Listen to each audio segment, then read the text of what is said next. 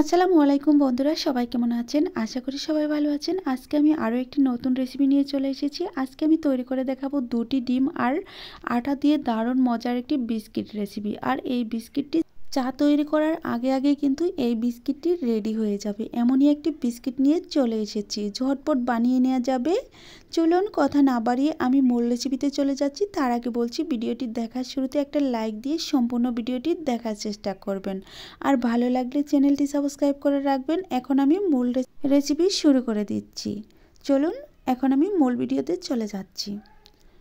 আমি আজকে বিস্কিট তৈরি করার জন্য একটা মিক্সিং বোল নিয়েছি আর নিয়েছি 2টি ডিম দুটিকে আমি একটু হালকা ফেটিয়ে নিব। ফেটিয়ে নেওয়া হয়ে গেলে এখানে আমি অ্যাড করে দিব 1 টেবিল চামচ গুঁড়া দুধ। আর আপনারা এই গুঁড়া দুধটাকে বাদ দিয়েও দিতে পারেন যদি হাতের কাছে না থাকে। আমার কাছে ছিল, আমি দিয়ে দিচ্ছি। তারপর আবারও আমি একটু দিয়ে দিচ্ছি বেকিং পাউডার, তার সাথে দিয়ে দিচ্ছি চিনি। সবগুলো উপকরণ দেওয়া হয়ে গেলে এখন আমি কাঁটা চামচের সাহায্যে আবারও একটু ভালোভাবে মিশিয়ে নিচ্ছি। এটা চিনিটা গলিয়ে নিতে হবে না, হালকা একটু দানা দানা থাকলেও কোনো সমস্যা নেই। আমার এই যে বিট করে নেওয়া হয়ে গিয়েছে। এখন আমি এখানে অ্যাড করে দিব আটা। এখন আমি কাঁটা চামচের সাহায্যে আবারও মিশিয়ে নিচ্ছি। একটা কথা বলে রাখছি, যদি এই আটা দেওয়ার পর যদি ডোটা অনেকটাই লুজ হয়ে যায় তাহলে আর একটু আটা অ্যাড করে দিবেন। আর যদি টাইট হয়ে যায় তাহলে একটু পানি অথবা দুধ দিয়ে এটাকে সুন্দর একটা ডো তৈরি করে নিতে হবে। এখন আমি দিয়ে দিচ্ছি হাফ কাপ সুজি। সুজিটা অপশন, আপনাদের হাতের কাছে না থাকলে এটা বাদ দিয়ে দিবেন, আর যদি থাকে তাহলে দিয়ে দিতে পারেন। দেখেন আমি এখনও আবার হাত দিয়ে ভালোভাবে মিশিয়ে নিচ্ছি। মিশিয়ে নেওয়া হয়ে গেলে এটা আমি তুলে নিব একটা পিঁড়ির উপর নিয়ে সুন্দর একটা রুটি তৈরি করে নিব। দেখেন ডোটা কত সুন্দর হয়েছে। তারপর আমি পিঁড়ির উপর হালকা একটু আটা ছড়িয়ে দিচ্ছি, দিয়ে তারপর আমি একটা রুটি করে নিচ্ছি।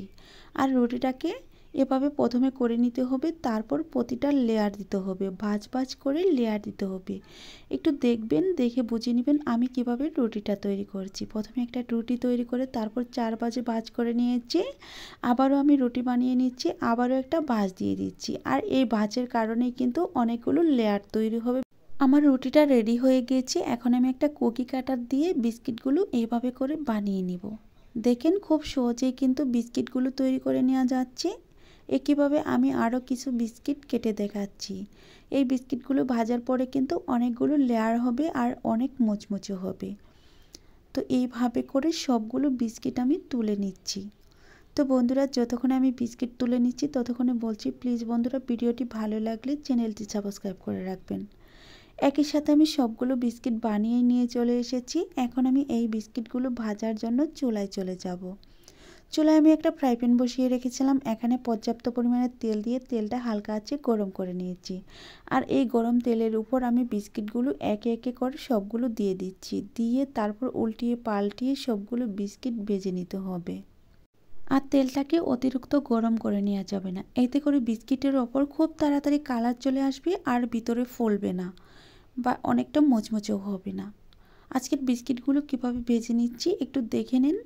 খুব তাড়াতাড়ি কিন্তু বিস্কুটের ভিতর ফাটল সৃষ্টি হবে। যখন ফাটল সৃষ্টি হবে তখন বুঝে নেবেন যে বিস্কিটগুলো খুব সুন্দর একটা বিস্কিট হয়েছে, উপরে আর ভিতরে পারফেক্টভাবে সিদ্ধ হয়ে গিয়েছে। আমার বিস্কিটগুলো ভাজা হয়ে গিয়েছে। এখন আমি একটা প্লেটে সবগুলো বিস্কিট তুলে নিচ্ছি। একটু কাছ থেকে দেখে নেওয়ার চেষ্টা করেন। দেখেন প্রতিটি বিস্কিটের গায়ে কিন্তু অনেকটুকু ফাটল সৃষ্টি হয়ে গিয়েছে।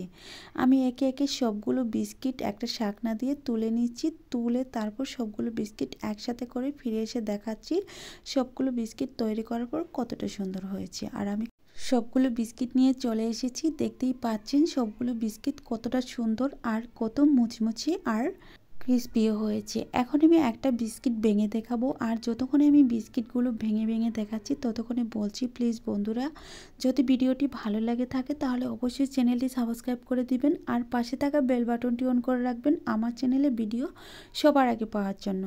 আর আমার বন্ধুরা যারা এখন চ্যানেলটি সাবস্ক্রাইব করে দিয়েছেন তাদেরকে অসংখ্য ধন্যবাদ। আর যারা এখনও সাবস্ক্রাইব করে দেননি তাদের কাছে আমার ছোট্ট একটি অনুরোধ রইল, চ্যানেলটি সাবস্ক্রাইব করে দিয়ে পাশে থাকার চেষ্টা করবেন। আজ এই পর্যন্তই। ভালো থাকবেন, সুস্থ থাকবেন। আল্লাহ তাআলার কাছে এই কামনা করে বিদায় নিচ্ছি। পরবর্তীতে আবারও নতুন কোনো রেসিপি নিয়ে দেখা হবে। ততক্ষণে আপনারা সবাই অনেক বেশি ভালো থাকবেন। এই বলে বিদায় নিচ্ছি। খোদা হাফেজ।